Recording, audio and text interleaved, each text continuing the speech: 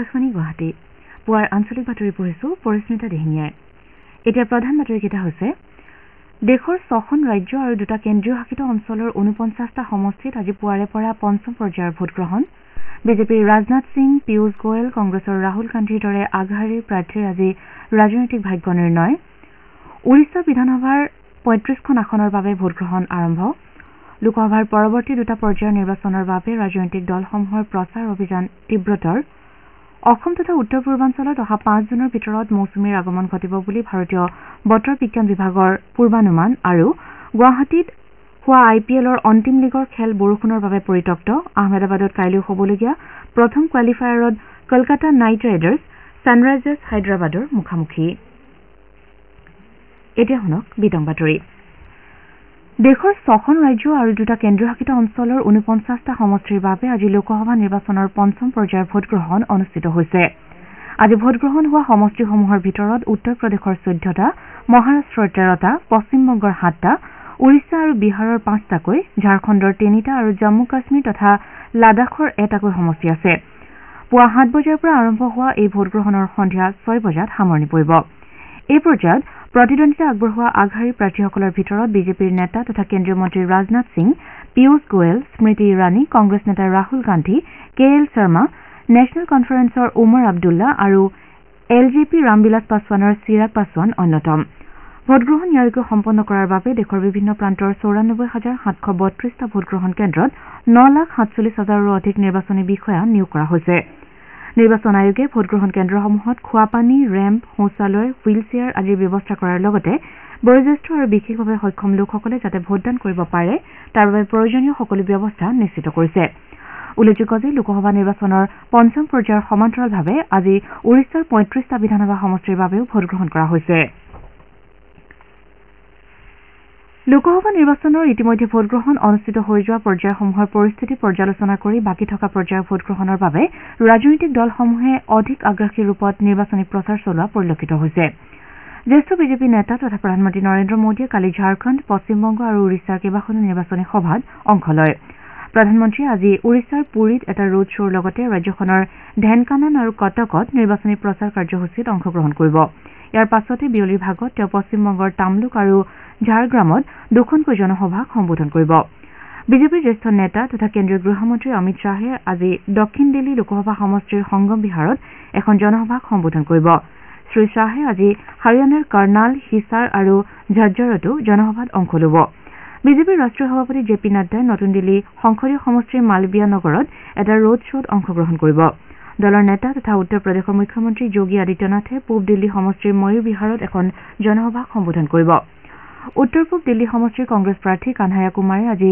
জহৰীপুৰ গকুলপুৰী আৰু সুভাষ মহল্লাত বিভিন্ন জনসভাত ভাষণ দিব উত্তৰ পশ্চিম দিল্লীৰ দলৰ প্ৰাৰ্থী উদিত ৰাজে আজি নাংলয় আৰু টিকৰি কালনত ৰোড শ্ব'ত অংশগ্ৰহণ কৰিব পশ্চিম দিল্লীৰ পৰা আম আদমী পাৰ্টীৰ প্ৰাৰ্থী মহাবল মিশ্ৰই শংকৰ গাৰ্ডেন আৰু ভাৰত বিহাৰ কলনীৰ লোকসকলৰ সৈতে মত বিনিময় কৰিব উল্লেখযোগ্য যে দিল্লীৰ 7খন আসনৰ বাবে অহা 25 মেত ভোটগ্ৰহণ কৰা হ'ব উৰিষ্যাতো অহা 25 মে আৰু 1 জুনত হ'বলগীয়া ষষ্ঠ আৰু অন্তিম পৰ্যায়ৰ সাধাৰণ নিৰ্বাচন তথা ৰাজ্যৰ বিধানসভা নিৰ্বাচনৰ বাবে প্ৰচাৰ অভিযান পূৰ্ণগতিত অব্যাহত আছে বিজেপি আৰু কংগ্ৰেছকে ধৰি সকলো গুৰুত্বপূৰ্ণ ৰাজনৈতিক দলৰ শীৰ্ষ নেতাসকলে নিজ নিজ দলৰ প্ৰাৰ্থীসকলৰ হৈ প্ৰচাৰ অভিযানত নামি পৰিছে বিজেপিৰ জ্যেষ্ঠ নেতা তথা কেন্দ্ৰীয় মন্ত্ৰী ৰাজনাথ সিঙে কালি বৰগড় সংসদীয় সমষ্টিৰ লোকসভা আৰু বিধানসভা আসনকেইখনৰ বাবে দলীয় প্ৰাৰ্থীসকলৰ হৈ প্ৰচাৰ চলাই জনসাধাৰণক তেওঁলোকৰ প্ৰতি সমৰ্থন আগবঢ়াবলৈ আহ্বান জনায় উৰিষ্যাৰ মুখ্যমন্ত্ৰী আৰু বিজেডি মুৰব্বী নবীন পাটনায়কে কেউঞ্ঝৰ আৰু ভদ্ৰাক সংসদীয় সমষ্টিত আয়োজিত নিৰ্বাচনী সভাক সম্বোধন কৰি বিগত 24 বছৰত তেওঁৰ চৰকাৰে কৰি যোৱা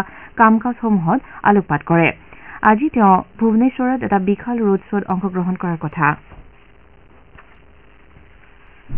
পঞ্চম পৰ্যায়ৰ নিৰ্বাচনী প্ৰচাৰ অন্ত পৰাৰ পাছত বিজেপিৰ শীৰ্ষ নেতা তথা মুখ্যমন্ত্ৰী ডঃ হিমন্ত বিশ্ব শৰ্মাই ষষ্ঠ আৰু সপ্তম তথা অন্তিম পৰ্যায়ৰ নিৰ্বাচনৰ বাবে দলীয় প্ৰাৰ্থীৰ হৈ প্ৰচাৰ চলোৱাত ব্যস্ত হৈ পৰিছে মুখ্যমন্ত্ৰী কালি পশ্চিমবংগৰ সন্দেশখালী অশোকনগৰ আৰু দমদমত তিনিখনকৈ নিৰ্বাচনী সভাত অংশ লৈ ৰাজ্যখনৰ মুখ্যমন্ত্ৰী মমতা বেনাৰ্জীৰ চৰকাৰখনক তীব্ৰ সমালোচনা কৰে সভাত ভাষণ দি তেওঁ মমতা বেনাৰ্জীয়ে ৰাজ্যখনত কা বলবৎ হ'ব নিদিয়ে বুলি কোৱা মন্তব্যৰো প্ৰত্যাহ্বান জনায় বাংলাদেশত উৎপীড়নৰ চিকাৰ হৈ ভাৰতত আশ্ৰয় গ্ৰহণ কৰা সকলক নাগৰিকত্ব প্ৰদান কৰিবলৈ নৰেন্দ্ৰ মোদী চৰকাৰ প্ৰতিশ্ৰুতিবদ্ধ বুলি উল্লেখ কৰি মুখ্যমন্ত্ৰীয়ে কয় যে কা বলবৎ কৰাৰ ক্ষমতা কেৱল কেন্দ্ৰৰ হাততহে আছে। আনহাতে সামগ্ৰীৰ অত্যধিক দাম বৃদ্ধিৰে ৰাজ্যখনত দুখীয়া দৰিদ্ৰৰ ওপৰত অত্যাচাৰ চলিছে বুলি অভিযোগ তুলি তেওঁ কয় যে পশ্চিমবংগত পেট্ৰল আৰু ডিজেলৰ দাম দেশৰ ভিতৰতে সৰ্বাধিক। ৰাজ্যখনত প্ৰতি লিটাৰ পেট্ৰলৰ দাম 103 টকা হোৱাৰ বিপৰীতে অসম, বিহাৰ, উত্তৰ প্ৰদেশৰ জনসাধাৰণে প্ৰতি লিটাৰ পেট্ৰলৰ বাবদ 96 টকাকৈহে আদায় দিব লাগে। ইফালে লোকসভা নিৰ্বাচনত 400খনতকৈও অধিক আসন লাভ কৰি নৰেন্দ্ৰ মোদীয়ে প্ৰধানমন্ত্ৰী হিচাপে আকৌ এবাৰ অধিষ্ঠিত হোৱাৰ পাছত পাক অধিকৃত কাশ্মীৰ উভতাই অনাৰ লগতে মথুৰাত শ্ৰীকৃষ্ণৰ জন্মভূমি নিৰ্মাণ, জ্ঞানবাপীত মন্দিৰ নিৰ্মাণ, UCC বলবৎ আৰু বহু বিবাহ ৰোধ আদিকে ধৰি বিভিন্ন পদক্ষেপ গ্ৰহণ কৰা হ'ব বুলি তেওঁ প্ৰতিশ্ৰুতি দিয়ে। অহা 4 জুনত হ'বলগীয়া লোকসভা নিৰ্বাচনৰ ভোটগণনাৰ বাবে জিলা প্ৰশাসনসমূহে ইতিমধ্যে প্ৰস্তুতি আৰম্ভ কৰিছে। ৰাজ্যিক নিৰ্বাচন আয়োগেও 4 জুনৰ ভোটগণনাৰ বাবে নিৰাপত্তা ব্যৱস্থাকে ধৰি সকলো প্ৰস্তুতি গ্ৰহণ কৰাৰ বাবে সংশ্লিষ্টসকলক নিৰ্দেশ দিছে। ৰাজ্যখনত 14টা সমষ্টিত প্ৰতিদ্বন্দ্বিতা কৰা 143গৰাকী প্ৰাৰ্থীৰ ৰাজনৈতিক ভাগ্য বন্দী হৈ থকা EVMসমূহ 50টা ষ্ট্ৰং ৰুমত 3 তৰপীয়া নিৰাপত্তা ব্যৱস্থাৰ মাজত ৰখা হৈছে।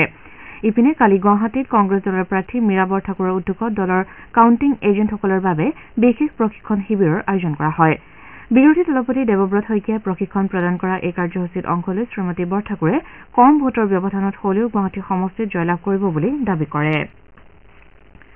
শ্ৰোতাসকলে পুৱাৰ আঞ্চলিক বাতৰি শুনিছে আকাশবাণী গুৱাহাটী কেন্দ্ৰৰ পৰা। ৰাজ্যৰ ভিন্ন প্ৰান্তত যোৱা নিশা হোৱা ধুমুহা, বৰষুণ আৰু বজ্ৰপাতত কেইবাটাও পৰিয়াল গৃহহীন হোৱাৰ লগতে ব্যৱসায়িক প্ৰতিষ্ঠান আৰু ৰাজহুৱা সা সম্পত্তিৰ বিস্তৰ ক্ষতি হৈছে। ধুমুহাৰ ফলত ঠায়ে ঠায়ে প্ৰকাণ্ড গছ বাগৰি পৰাত বিদ্যুৎ সেৱা আৰু যাতায়াত ব্যৱস্থা ব্যাহত হৈ পৰিছে। নলবাৰীৰ বাঁহজানিৰ দৌকুচিত কালি নিশাৰ ভাগত অহা ধুমুহাৰ ফলত গছৰ ডাল ভাঙি বিদ্যুৎ পৰিবাহী খুঁটা উভালি পৰাত বিদ্যুৎ সেৱা ব্যাহত হৈ পৰে।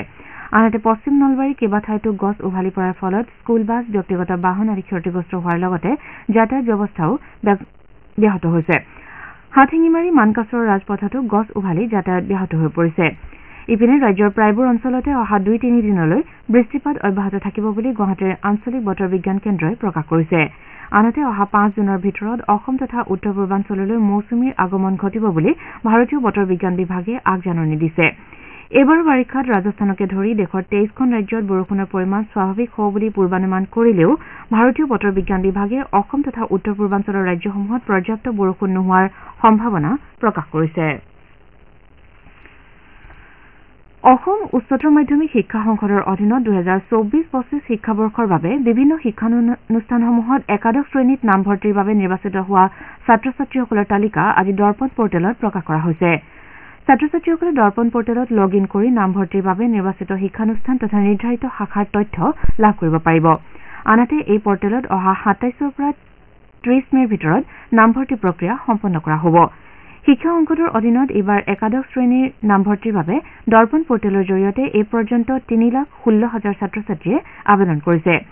শিক্ষা সংসদে লোৱা সিদ্ধান্ত অনুসৰি দৰ্পণ পৰ্টেলৰ জৰিয়তে নামভৰ্তি কৰা ছাত্ৰ ছাত্ৰীকহে পৰৱৰ্তী পৰ্যায়ত একাদশ শ্ৰেণীৰ পঞ্জীয়নৰ আওতাত ৰখা হ'ব আৰু অনাগত পৰীক্ষাসমূহত অৱতীৰ্ণ হ'বৰ বাবে যোগ্য হিচাপে বিবেচনা কৰা হ'ব বুলি অসম মাধ্যমিক শিক্ষা সংসদৰ এগৰাকী জ্যেষ্ঠ বিষয়াই প্ৰকাশ কৰিছে।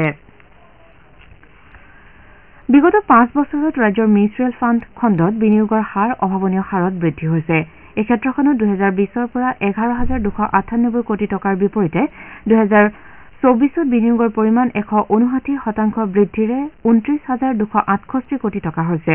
মুখ্যমন্ত্ৰী ডঃ হিমন্ত বিশ্ব শৰ্মাই কালি সামাজিক মাধ্যমযোগে এই তথ্য প্ৰকাশ কৰি কয় যে মিউচুৱেল ফাণ্ডত অসমৰ বিনিয়োগকাৰীৰ বিনিয়োগ বৃদ্ধিৰ এই বাতৰিয়ে আশাৰ বতৰা কঢ়িয়াইছে। এই পৰিসংখ্যা ৰাজ্যৰ বিনিয়োগ বজাৰসমূহৰ ওপৰত জনসাধাৰণৰ আস্থাৰ লগতে আয় বৃদ্ধিৰো সংকেত বহন কৰা বুলি তেওঁ উল্লেখ কৰে। মুখ্যমন্ত্ৰী ডঃ হিমন্ত বিশ্ব শৰ্মাৰ নেতৃত্বত ৰাজ্যৰ দক্ষতা বিকাশৰ দিশত যুৱ প্ৰতিভাসকলে অত্যাধুনিক প্ৰশিক্ষণ লাভ কৰাৰ লগতে ৰাষ্ট্ৰীয় আৰু আন্তঃৰাষ্ট্ৰীয় পৰ্যায়ত উৎকৃষ্ট প্ৰদৰ্শন আগবঢ়াবলৈ সমৰ্থ হৈছে।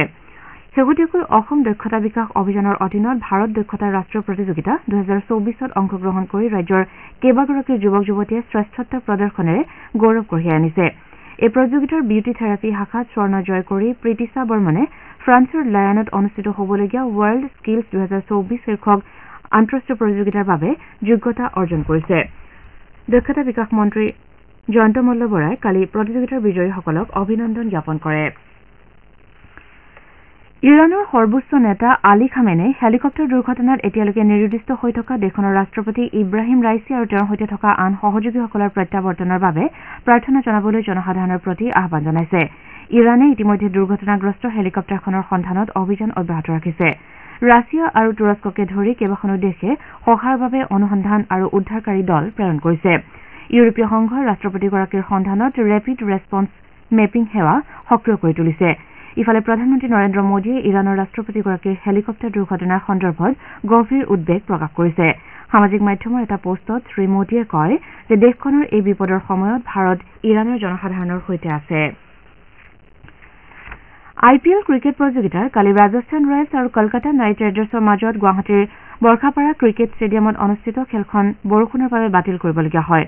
বৰষুণৰ বাবে নিৰ্ধাৰিত সময়তকৈ 3.5 ঘণ্টা পলমকৈ হোৱা টছত জিকি কলকাতা নাইট ৰাইডাৰ্ছৰ অধিনায়ক শ্ৰেয়াছ আয়াৰে প্ৰথমে বলিং কৰাৰ সিদ্ধান্ত লয়। প্ৰতিকূল বতৰৰ বাবে খেলখন 7 অভাৰলৈ সীমিত কৰিবলৈ বাধ্য হয় যদিও ইয়াৰ ঠিক পাছতে পুনৰ বৰষুণ হোৱাত খেলখন সম্পূৰ্ণৰূপে বাতিল ঘোষণা কৰা হয়। ফলাফলবিহীন এই খেলখনৰ বাবে ৰাজস্থান ৰয়েলছ প্ৰতিযোগিতাৰ পইণ্ট তালিকাত তৃতীয় স্থানত থাকে। প্ৰতিযোগিতাৰ প্লে অফ পৰ্যায়ত দলটোৱে ৰয়েল চেলেঞ্জাৰ্ছ বেংগালুৰুৰ সৈতে এলিমিনেটৰ যুঁজত অৱতীৰ্ণ হ'ব। ইপিনে ছানৰাইজাৰ্ছ হায়দৰাবাদে কাইলৈ প্ৰথমখন কোৱালিফায়াৰ খেলত কলকাতা নাইট ৰাইডাৰ্ছৰ বিৰুদ্ধে অৱতীৰ্ণ হ'ব। আহমেদাবাদৰ নৰেন্দ্ৰ মোদী ষ্টেডিয়ামত হ'বলগীয়া এই খেলখন সন্ধিয়া 7:30 বজাত আৰম্ভ হ'ব। ইয়াৰ পূৰ্বে কালি হায়দৰাবাদৰ ৰাজীৱ গান্ধী ইণ্টাৰনেশ্যনেল ষ্টেডিয়ামত অনুষ্ঠিত আন এখন খেলত ছানৰাইজাৰ্ছ হায়দৰাবাদে পাঞ্জাৱ কিংছক 4 উইকেটত পৰাস্ত কৰে। উল্লেখযোগ্য যে প্ৰতিযোগিতাৰ পইণ্ট তালিকাত 17 পইণ্টেৰে ছানৰাইজাৰ্ছ হায়দৰাবাদ দ্বিতীয় স্থানত থকাৰ বিপৰীতে 19 পইণ্টেৰে কলকাতা নাইট ৰাইডাৰ্ছ প্ৰথম স্থানত আৰু ৰাজস্থান ৰয়েলছ 16 পইণ্টেৰে তৃতীয় স্থানত আছে। IPL দল ৰাজস্থান ৰয়েলছৰ ক্ৰিকেট সঞ্চালক তথা দলটোৰ মুখ্য প্ৰশিক্ষক কুমাৰ সাংগাকাৰাই আজি অসমৰ জুনিয়ৰ ক্ৰিকেটাৰসকলৰ লগত এটা বাৰ্তালাপ অনুষ্ঠানত অংশ ল'ব। ইতিমধ্যে অসম ক্ৰিকেট একাডেমীয়ে এই অনুষ্ঠানৰ বাবে 33 গৰাকী খেলুৱৈ বাছনি কৰিছে। ৰাজ্যৰ 19 বছৰ অনুৰ্ধৰ পুৰুষ আৰু মহিলা ক্ৰিকেটাৰে এই অনুষ্ঠানত অংশ ল'ব। ফ্ৰেঞ্চ অপেন 2024 টেনিছ টুৰ্ণামেণ্ট আজিৰে পৰা পেৰিছৰ ষ্টেড ৰোলাণ্ড গাৰোছত অনুষ্ঠিত হ'ব। ভাৰতৰ তাৰকা খেলুৱৈ সুমিত নাগালে পুৰুষৰ ছিংগলছৰ মূল ড্ৰ খেলত স্থান নিশ্চিত কৰিছে। এতিয়া শুনক আজি গুৱাহাটীৰ পৰা প্ৰকাশিত বাতৰি কাকতসমূহৰ প্ৰথম পৃষ্ঠাৰ বাতৰিত চমু অৱলোকন আগবঢ়াইছে দিশা শৰ্মাই। আজি অষ্টাদশ লোকসভা নিৰ্বাচনৰ পঞ্চম পৰ্যায়ৰ ভোটগ্ৰহণ। এই বাতৰিটো আজি ইভিএমত বন্দী হ'ব ৰাহুল, স্মৃতি, ৰাজনাথৰ ভাগ্য শিৰোনামেৰে আমাৰ অসম কাকতে প্ৰথম পৃষ্ঠাত প্ৰকাশ কৰিছে আৰু দৈনিক অগ্ৰদূত কাকতে 6 ৰাজ্য 2 কেন্দ্ৰীয় শাসিত অঞ্চলৰ 49টা সমষ্টিত পঞ্চম পৰ্যায়ৰ ভোট শীৰ্ষক শিৰোনামেৰে প্ৰকাশ কৰিছে। কৃষি বিভাগৰ চৰ্ত একেলগে 15 বিঘা কৃষিভূমি থাকিলেহে খেতিয়কে পাব সৌৰচালিত পাম্পছেট। এই বাতৰিক চৰকাৰৰ আজব নিৰ্দেশনাত কৃষকৰ হাহাকাৰ শিৰোনামেৰে অসমীয়া প্ৰতিদিন কাকতে প্ৰথম পৃষ্ঠাত প্ৰকাশ কৰিছে। পশ্চিমবংগত মুখ্যমন্ত্ৰী ডঃ হিমন্ত বিশ্ব শৰ্মাৰ 3খনকৈ নিৰ্বাচনী প্ৰচাৰ সভাত শৰ্মাৰ মন্তব্য হিন্দুক আক্ৰমণ কৰাটো তৃণমূল কংগ্ৰেছৰ ধৰ্মনিৰপেক্ষতাৰ নতুন সংজ্ঞা। এই বাতৰিক নিয়মীয়া বাৰ্তা কাকতে প্ৰথম পৃষ্ঠাত মুখ্য বাতৰি হিচাপে প্ৰকাশ কৰিছে। এবছৰত অৰ্ধলক্ষাধিক লোক যক্ষ্মাত আক্ৰান্ত। ৰাজ্যৰ স্বাস্থ্য খণ্ডত নিতৌ ন প্ৰযুক্তিৰ আমদানি কৰাৰ পাছতো যক্ষ্মা ৰোগৰ ক্ষেত্ৰত উদ্বেগজনক পৰিস্থিতি, ঔষধ নাটনিৰ কথা স্বীকাৰ স্বাস্থ্যমন্ত্ৰীৰ। এই বাতৰিক দৈনিক জনমভূমি কাকতে প্ৰথম পৃষ্ঠাত প্ৰকাশ কৰিছে। কেলছিয়াম কাৰ্বাইডেৰে পকোৱা বিভিন্ন ফল-মূলেৰে ভৰিছে বজাৰ। এই পদাৰ্থ ব্যৱহাৰযুক্ত ফল-মূলসমূহ খাদ্য উপযোগী নহয় বুলি মন্তব্য ৰাষ্ট্ৰীয় সংস্থা food safety and standards authority of ইণ্ডিয়াৰ। এই বাতৰিক অসমীয়া খবৰ কাকতে প্ৰথম পৃষ্ঠাত প্ৰকাশ কৰিছে। আজি প্ৰকাশিত অন্যান্য বাতৰিৰ ভিতৰত আছে প্ৰথম অসমীয়া মহিলা বিমান পাইলট ধীৰা হাজৰিকা চলিহাক বীৰাংগনা মূলাগাভৰু বঁটা। এয়াই আছিল আজি গুৱাহাটীৰ পৰা প্ৰকাশিত বাতৰি কাকতসমূহৰ প্ৰথম পৃষ্ঠাৰ বাতৰিত চমু অৱলোকন। ধন্যবাদ দিছা। বাতৰি শেষ কৰাৰ পূৰ্বে প্ৰধান বাতৰি কেইটামান আকৌ এবাৰ পঢ়ি দিছো। দেশৰ 6খন ৰাজ্য আৰু 2টা কেন্দ্ৰীয় শাসিত অঞ্চলৰ 49টা সমষ্টিত আজি পুৱাৰে পৰা পঞ্চম পৰ্যায়ৰ ভোটগ্ৰহণ। উৰিষ্যা বিধানসভাৰ 35খন আসনৰ বাবে ভোটগ্ৰহণ আৰম্ভ। লোকসভাৰ পৰৱৰ্তী 2টা পৰ্যায়ৰ নিৰ্বাচনৰ বাবে ৰাজনৈতিক দলসমূহৰ প্ৰচাৰ অভিযান তীব্ৰতৰ আৰু গুৱাহাটীত হোৱা IPLৰ অন্তিম লীগৰ খেল বৰষুণৰ বাবে পৰিত্যক্ত। আহমেদাবাদত কাইলৈ হ'বলগীয়া প্ৰথম কোৱালিফায়াৰত কলকাতা নাইট ৰাইডাৰ্ছ ছানৰাইজাৰ্ছ হায়দৰাবাদৰ মুখামুখি। পুৱাৰ আঞ্চলিক বাতৰি ইমানতে শেষ হ'ল।